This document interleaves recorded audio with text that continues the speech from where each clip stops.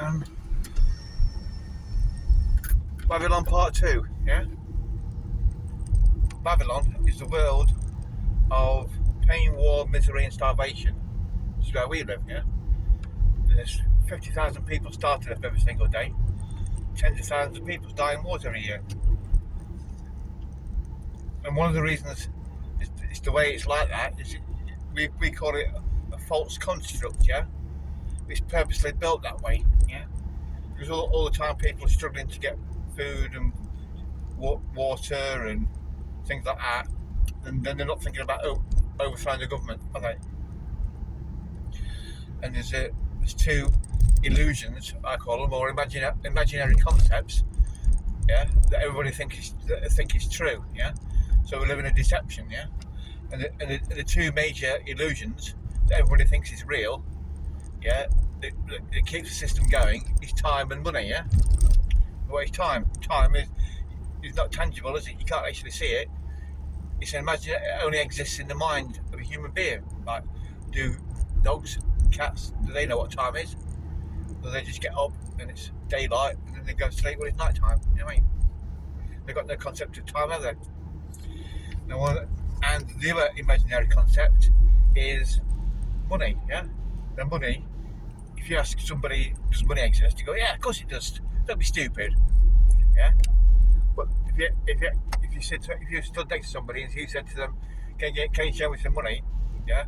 They might go into their pocket and they might bring out like a £10 note or something, yeah, or a coin, yeah. I say, well, that's not money, is it? That's a bit of plastic with a picture of the Queen on it, isn't it?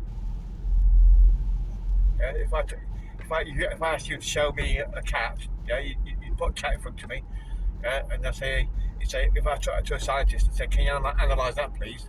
Tell me what that is, yeah, and say, yeah, it's a cat. Yeah, if you give some money to a scientist, and he told you to analyse that, you give it to him, and say, yeah, that's a bit of plastic with a picture of the Queen on it, and it's got number 10 stamped on it. Yeah, not money, is it? It's a representation of the imaginary concept of money. Yeah, so in reality, money does not exist, and time does not exist, does it? Now, depends on how you define existence, yeah? You define existence in length, breadth, and width and height, yeah? So under those rules, then time and money do not exist, do they? Because they haven't got length, breadth, width, and height, have they? They haven't got matter, have they? Yeah, they're not made out of matter. And that's the reason why. That's the control mechanisms of the NWO or the Illuminati or Babylon. Yeah, because everybody's brainwashed into believing that those two things are real and exist. Yeah, but if you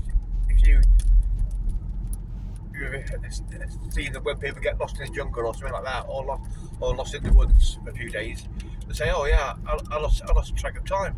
I don't have a watch or something," and they lose the whole concept of time, don't they? They can't determine between a period of time has passed. Like, say you're home and like you go do something, you can probably judge 10 or 15 minutes, can't you? Or 20 minutes or half an hour maybe. You might be able to judge an hour.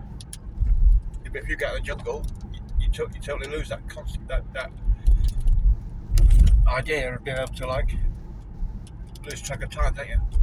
Yeah, so you have to constantly remind you of time all the time, yeah, to keep it in your brain. Yeah, that's why every single way you go, you'll have a watch or a clock or put it on your phone, on your computer. Even though people think, oh, it's good to know what time it is. But the idea is people have to be constantly reminded all the time. Yeah, keep the time forefront. What time is it? Yeah, 6 o'clock news, 5 o'clock news, 4 o'clock news. It's why I call it the Babylon, the pillars of Babylon. You've got two main pillars. You've got time and you've got money. Yeah. And if we decided to abolish those two things, then the world would no longer be the world of pain, war, misery, and starvation. It would be the world of peace, love, and harmony. Because no